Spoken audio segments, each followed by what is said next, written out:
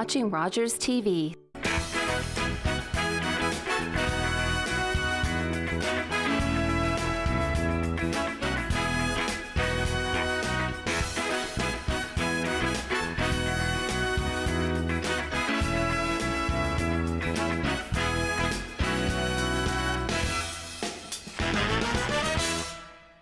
Good evening and welcome back to West Talk. So awesome to be back with you. We had a little break for a few weeks as our producer was traveling all around and working across the island.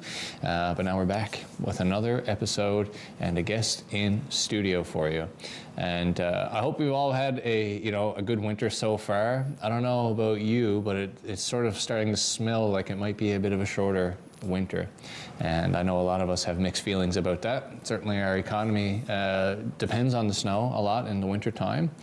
But here we are. Things are breaking up and the snow seems to be melting. Marble Mountain's still open, holding on after a heroic recovery from the events that happened up there just a few weeks ago. If you missed that, you can go check on their Facebook and see some pretty dramatic photos of a flooding event that happened up there. But the trails are still open. Snowmobiling has been shut down in Grossmorn Park, which is pretty historic as well for this time of year. But that's it. Sometimes these things just happen. The upshot is it's been sunny and warm here, and I know we're all loving that. So it feels like spring is in the air. And so on today's episode, we're going to be talking about some of the events that are happening this month in our community. We're going to be checking out the Civic Center and the Arts and Culture Center, and of course the Rotary Arts. But first, we're going to be jumping to a guest who's in studio with me now. There's an event happening next month here in Corner Brook we wanted to talk about. But because this week, this Friday, is International Women's Day, we thought this would be a great event to pull in and start to talk about now. And so here in studio with me today is Jennifer Park, who is the tournament co-chair of the very exciting Under-18 AAA Female Hockey, which are going to be coming to Corner Brook. This is a very historic event that will celebrate women in sports with a full cast of players and also officials creating this historic event. So to tell us a little bit more about it is my friend from the real estate business, and now we're both here wearing different hats, Jennifer Park. Yeah, hi, Dustin. Thanks for coming down. Yes, thanks for having me. Right, one day we're talking about mortgages, the next day we're talking about hockey tournaments. It's great to be involved in different things, isn't it? Absolutely. You know, you have your passions that you generate money, and then there's passions that you do just for pleasure and because you enjoy it and you have a heart for it. Absolutely. And every now and then those things cross over, right? Absolutely. So we were chatting, and you are involved in the plans to create this tournament that's happening here on April 4th to the 7th. And my understanding is it's the Female Hockey Atlantics. Can you tell me a little bit more, first of all, just paint a picture for our viewers about sort of the landscape of competitive AAA female hockey, I guess, in Western Newfoundland and Atlantic Canada? Yeah, sure. So the female AAA U-18 Atlantics involves players from grade 10, 11, and 12.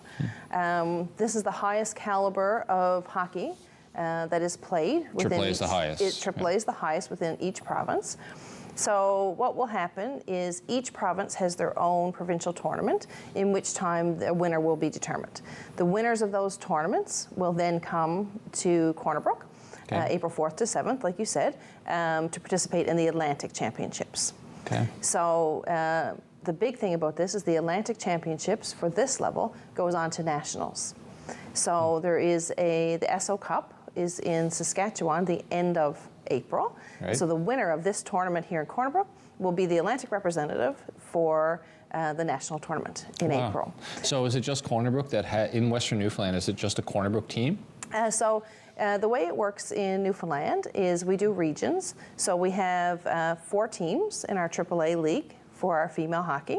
There's a team in Eastern, there's a team out of Tripen, a team out of Central, and a team out of Western. Okay. So our team, as a host, we're the host, so our team automatically gets a bye to Atlantics.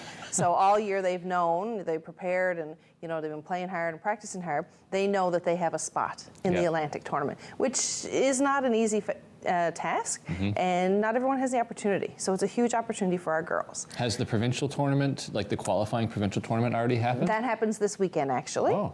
And our Western team will be there, and our Western team comprises of girls from Corner Brook, Deer Lake, Stephenville, Cowhead, and Anchor Point. So we're geographically spread out. Wow. They come and practice. They have practices once a week at the Civic Center, and they have a full schedule of league games during the year as well. For the people involved, this must be, especially for the kids, like this must be a cool opportunity to make friends with people all over Western Newfoundland, right? You're not just playing with your own classmates that you see every day. You're interacting with these people from really all over the area. So AAA will bring the best players from each region, right? So it gives you the highest level of hockey. And this weekend, like I said, the provincials are this weekend. If Western does not win the provincial title this weekend, they will be, like I said, still participating, but whoever wins will come to the tournament as Team Newfoundland. So Newfoundland will have 2 representatives at the Atlantics this year. So the host tournament always has 2, which is a little bonus, right? Cool. Well, that's very exciting. And so one other thing you were mentioning, which sounds like makes it a unique aspect, is that potentially all the officials involved in the tournament will also all be women. Yes. When we came to this, female officiating in Newfoundland, we're working very, very hard to get our female officials up to the highest possible standards and the highest possible levels to be able to officiate these events. We have, for the first time in Newfoundland, at any Atlantics tournament, we are having a full composition of female officials. A huge chunk of them will be Newfoundland female officials. Some of the other officials will be coming from the other maritime provinces, but this is a first for Newfoundland. And Female Council for Hockey Newfoundland and Hockey Newfoundland Labrador as well, we're very, very adamant that we wanted to make this happen if at all possible. Yeah. So, you know, as for the players, for the female players, often, you know, you might have 1 or 2 officials for a game, but to go out on the ice and be able to have a full set of female officials officiating your game is a huge milestone. Yeah. And we're really proud to be able to bring that to Newfoundland, and we're very proud of the work that's being put in. Yeah. That being said, officials, if you are having your tournament locally, we have a lot of high-level officials here, male officials, which would be more than capable to do our events. So it's costing us a lot more to bring in those female officials because we have to pay their travel and so on. So it's added a bit extra to our tournament costs. However, it is priceless in our mind, and it is something that we're committed to do, right? Yeah, well, I mean, I think it's very bold, it's very admirable, but I know that it must be more challenging considering that this isn't actually, that the organization or this tournament isn't subsidized in any way by, Hockey Canada or Hockey NL, which leaves, you guys on the hook to sort of foot that bill of that extra expense to have this team and these officials. And so obviously, I guess sponsorship becomes like a pretty big factor here, right? Yes. Are there any sponsors that you have now in place that are helping out? Yeah, certainly. So when it comes to all Atlantic tournaments, it doesn't matter if you're female or if it's male, whichever province you're in, it is the responsibility of the host organization to come up with the funding for that. So we're not special in that regard. The specialness is where it's costing us more because of our female officials. It's an added cost. So we do have a nice few sponsors who have come on board locally, which is fabulous. And yesterday we just accumulated and had a tournament sponsor. That's like the title, the main sponsor? Yeah, title sponsor come on board, and it's Access Scaffolding and Jim Pike, and so we're very appreciative for that. And their huge commitment to hockey and to female hockey in Western Newfoundland and for this tournament. That helps us a lot. We also have other sponsors locally that have come on board, but we are still looking for a few more. There's always room for extra sponsors if you want to be involved, because the more funds that we're able to get through sponsorship and donations, the more whistles and bells we'll be able to provide for the tournament so that the players, our local players, and the players coming from the other maritime provinces will get to have the best possible event. Yeah, and certainly for, first of all, Access Scaffolding, from my understanding and assessment, just came out of nowhere and instantly became these incredible community partners, right? They're either setting up some scaffolding contraption for or giving cash donations to almost anything notable that happens here. So shout out to Access Scaffolding. But also, for other potential sponsors who might be hearing this, I mean, what a great thing to get involved with, and what a great signal to be able to send to your community that says, hey, we understand that this is important and also it costs a bit more. That's why we want to sponsor it, right? Yeah. So for people who are hearing this now, where would they reach out if they wanted to get involved as sponsors? The best thing to do is you can reach out to me directly. We have an email. It's U-18 Female Atlantics at yahoo.com. Okay. And you can reach out and send me information there. We also will have social media sites, should be up and active in the next week or so. Yep. Kind of keep an eye out on like Facebook and Twitter and different things for that. And anywhere from donations to go into gift bags for the players to monetary donations, big or small. Yeah, like you said, you're down to the bells and whistles category or the phase now, and which is cool because this is an Atlantics tournament, so that means Corner Brook will be host to female teams from around Nova Scotia, New Brunswick, maybe PEI, so really cool opportunity to show off our area, put our best foot forward, and of course that's hard to do without the support of our business community, right? So absolutely. And I mean, when it comes to that, I mean, it's any companies that would potentially benefit from the people coming in. So you have teams, there's about 25 per team. There's parents also that follow these players, and there's 5 teams. So, you know, it's a little bit of boost to our economy. And, you know, if you want to sponsor, we'll make sure that you're acknowledged, and, you know, it's any bit helps. And we just really want to make this an event that not only the hockey players remember for the on-ice events, but for their whole experience overall in coming to Newfoundland and coming to Corner Brook, because most of them, it'll be probably their first time ever being here. Wow, I love that. Yeah. It's always nice to get that opportunity to show people around for the first time. Yeah, absolutely. Jennifer, we just got the light from our producer, which means we're just in the last moment of this interview. So I would just open the floor to you. Is there any message that you would want to send to our community? Maybe it's to young ladies who are thinking about getting involved in sports or are hearing this and want to get involved. Anything that you'd want to say to just the general public from the team, I guess? For sure. This will be an excellent tournament. You will not find better hockey anywhere, male or female. It's the highest level. There will be admission. We'll have tournament passes. Feel free to come to the event, watch some games, participate. If there's any young girls that are interested in potentially playing hockey down the road, great opportunity to see what is available and how far they can go with the sport. It's going to be a great weekend of hockey, and we're just really excited. We have a full committee in place. We meet every Wednesday. We've been meeting since earlier in the fall. And we're just really determined to make this as big of a success as we possibly can for the players and the people coming to Corner Brook. Well, it sounds like you've got the right team to make it a success. So kudos to you for all the hard work you're putting in. And I know you're surrounded by other people who are also working very hard on this. So thanks for coming down. And also, we do the events of the month. So next month when we do the events, we'll have Willie Smith on here talking about that as well, to remind our viewers to get out and go take in that event. Absolutely. That'd be great. Thank you. So thank you. And good luck to the Western team. Of course, we want to see them bring home the bacon. So, but no pressure, but go win. Yeah. Thanks. And that was Jennifer Park. And we're going to take a quick break, and we'll be right back to give you the events of the month. Stay tuned. Happy March, everyone. We made it through February, so spring cannot be too far behind. This month, we have the Rotary Music Festival, so the theater will be full of children celebrating their music practice. Coming up on March 27th, we have Atlantic Jazz Nights, now in its 2nd season. This is an international jazz series presented by the Arts and Culture Center. The series is hosted and curated by celebrated St. John's pianist Florian Hefner and bassist Jim Vivian.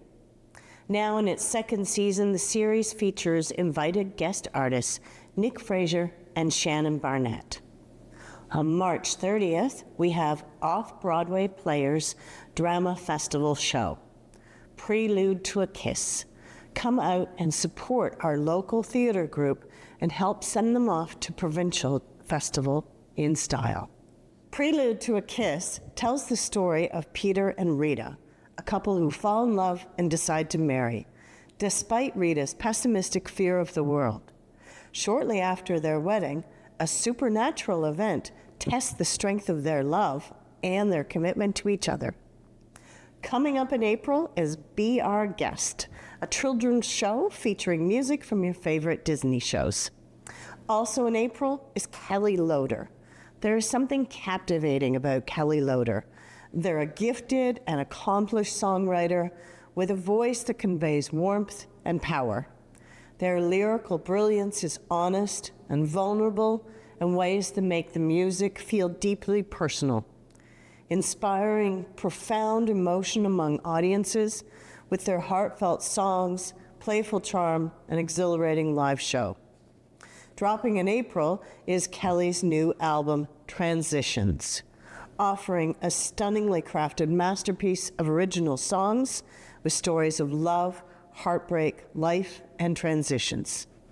Also in April is magician Michael Conway, bringing you an evening of non-stop comedy, magic, and illusions. The Kubasonics will be here in April. The Kubasonics are arguably land's finest Ukrainian band. This award-winning group combines top-flight musicianship spiced with quirky humor, a dizzying array of exotic traditional instruments, and an eclectic, high-energy stage show. Following that, Corner Brook Regional High School will be here with their production of Mamma Mia, and Jason Cyrus will be back at the end of April for his amazing Hypnotist show. This is a fan favorite, so be sure to get your tickets soon. There are new shows being added every day, so check our website, and we'll see you at the show. Hello everyone, my name is Brad. I am the theater coordinator at the Rotary Arts Center. Just want to let you guys know some of the events that we have coming up in the month of March. The first event that I can speak about is Jesse Hackett. Jesse Hackett will be performing at the Rotary Arts Center on Sunday, March the 10th.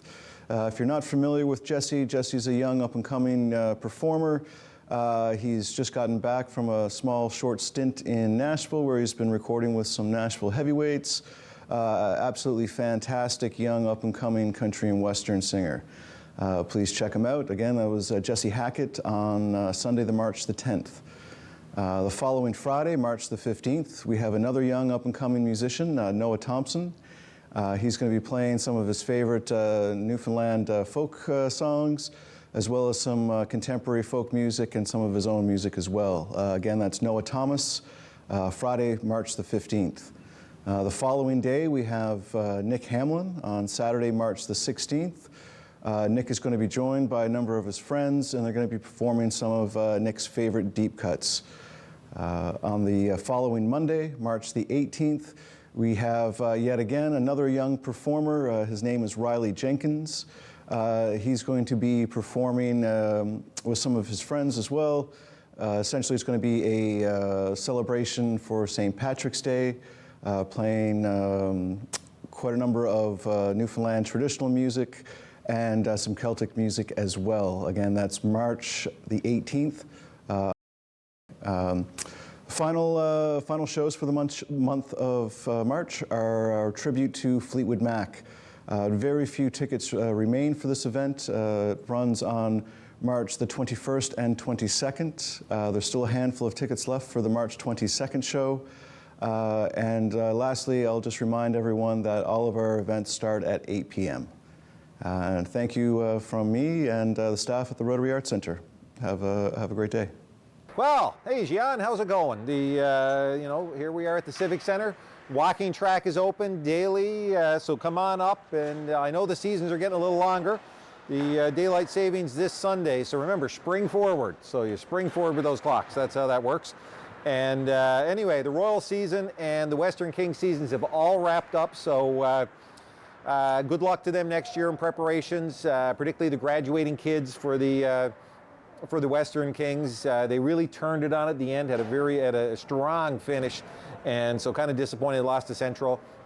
Our Royals, as you know, were swept by the Grand Falls Cataracts, so looking forward to that next year as well. On another note, International Women's Day is this Friday.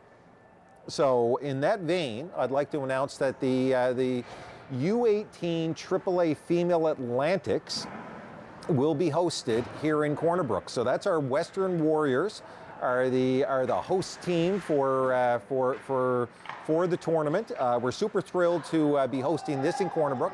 And that's going to take place on Thursday, April the 4th through to Sunday, April the 7th. So Sunday, April the 7th will be your bronze medal game, your gold medal games, and that's the Sunday preceding Easter. So Easter this year is March 31st. So really excited about that. And Access Scaffolding, who is here in the ice, is also the title sponsor for this tournament, and can't thank them enough for what they do with our community and for sponsoring the girls for this. So we're anxiously awaiting to hear who's going to represent Newfoundland, Prince Edward Island, Nova Scotia. This is the highest level minor tournament that takes place for female in Atlantic Canada. The winner goes off to the SO Cup. So super thrilled about that one. Very excited. You can follow us on Facebook, follow us on Twitter, and we're thrilled. This weekend, speaking of female high performance, we also have female high performance clinic taking place in the studio with Mark Healy's group. So they're coming out. And we also have provincial male and female broomball taking place this week. So if you're interested in some broomball action out in the Kinsman Arena, Thursday night, all day Friday, and into Saturday morning, early afternoon for championship games. Teams will be representing, will be moving from here this year and representing at the Worlds and the Nationals. So lots of excitement still happening in broomball. On St. Paddy's Day weekend, we've got the U-13 AAA Male Provincial Championship. So if you're interested in a little bit of hockey there, you can come out and see them. Those are the young kids, real cute. And so hopefully our Western team does well with that. As well, on that weekend, we have Shanniganuk. So he's going to be here. This will be the biggest Paddy's Day party in Newfoundland, along with Bud Davidge. And tickets, doors are at 7. Tickets are on sale currently. You can buy them here at the box office, or you can buy them at www.tickettide.ca. As well, waiting for our announcement, not out yet, on the annual ice show, but stay tuned for that one. General skating will continue for the rest of this month, so check out the website, see what's available there. And in the studio, there's lots of activity for active tots on Tuesdays and Thursdays. Seniors fitness class and Pilates is Monday, Wednesday, and Friday. And pickleball, if you're interested in trying pickleball, the world's fastest growing sport, lots of opportunity, Tuesday, Thursday, Friday afternoons, and Sunday mornings, lots of opportunity to get out and socialize and have some activity. So if nothing else, drop in and say hi, get out on the track for a walk. Grenfell Theatres presents People, Places and Things. March 6th to 9th, 2024, 8 p.m.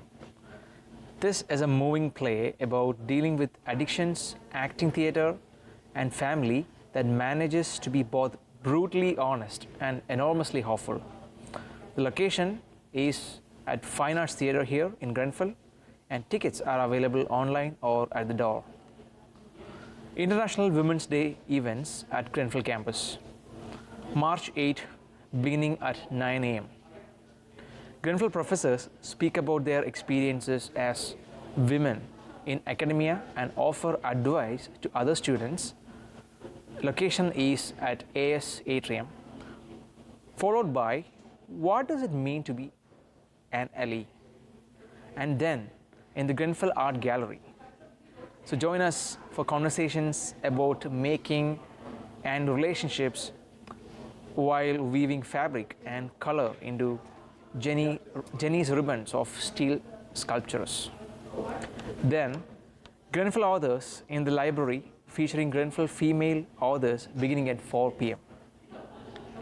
Finally, Black Culture Festival, March 9th, 6:30 p.m. All are welcome to celebrate Black culture through food, drink, artwork, fashion, displays, and more. Monetary donations accepted as admission. So the location is at GCSU Dining Hall. Thank you. And that's it for this episode. I want to thank Jennifer Park for coming down and telling us all about the AAA Female Hockey Atlantics that are happening here in Western next month. Get out, take in the hockey support. If you're a small business, they could use your sponsor support. And I want to thank, of course, our friends from all the wonderful venues across our area for filling us in on the events happening this month. So that's it for today, and we'll be back next Tuesday with another episode for you. Take care.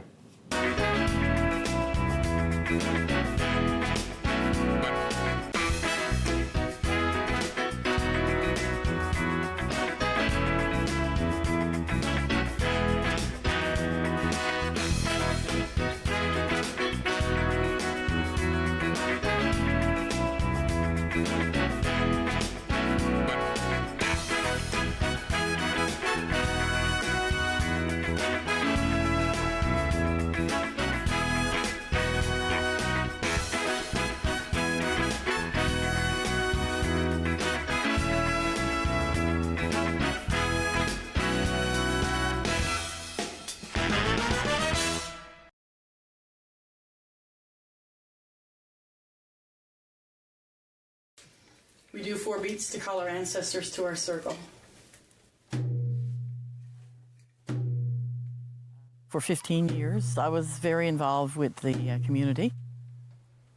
And then one day, a tragedy happened. My 15-year-old grandson was killed in a car accident. There's nothing in this world like it. I went to a very dark place where all you can think about is the loss and the pain. And nothing else comes into your mind until one day you get a phone call and all of a sudden the light comes on and you remember, well, maybe I'll go, it may help, it may not help. But the moment that I got into the circle, and it was like a weight lifted. The culture is, for me, is what brought me back. My family, my friends too, as well, of course, in the community, but my culture, my beliefs, and the women. A healing circle is very powerful. You have women who have been through trauma, who at the moment are probably still going through trauma like I was, physically and emotionally. When the stick or the rock is passed around to each person and they speak, it's like a piece of your pain went to each of them. And when the stick comes back to you, half of that load on your shoulder seems to be lifted. It's very powerful, and it's there. It's offered to anybody who needs it. A healing circle can be called anytime. There are a lot of things that we offer in the culture, help offers in the culture, the Women's Association, with talking circles and healing circles, workshops, different workshops that you can come to.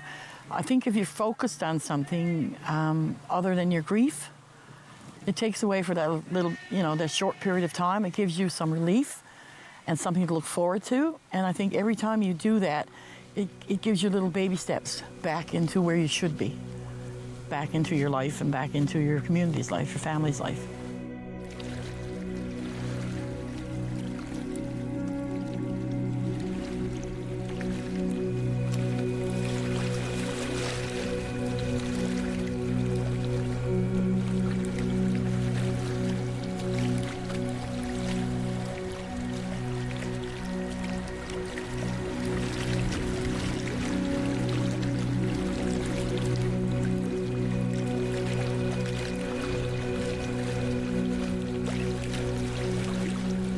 Provide feedback on this show or find out how you can get involved.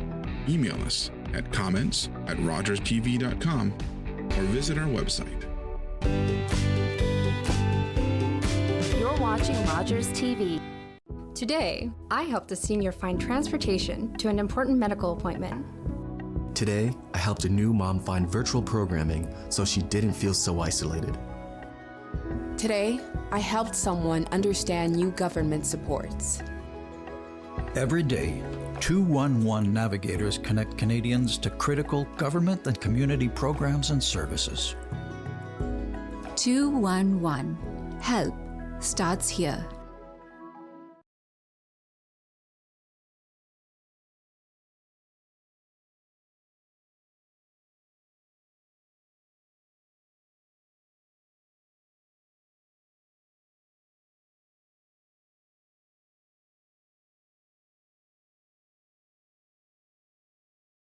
Man, is there a lot of pressure on this young fighter here tonight. Fighting is life. This is my belt. I earned this in blood, paid in full. This is mine. Everyone gets it. You're watching Rogers TV. These days at your local Legion, we're marching to the beat of a different drum. On a mission to support veterans, to have fun, and to welcome everyone to our ranks. You don't have to be a veteran to join the Legion.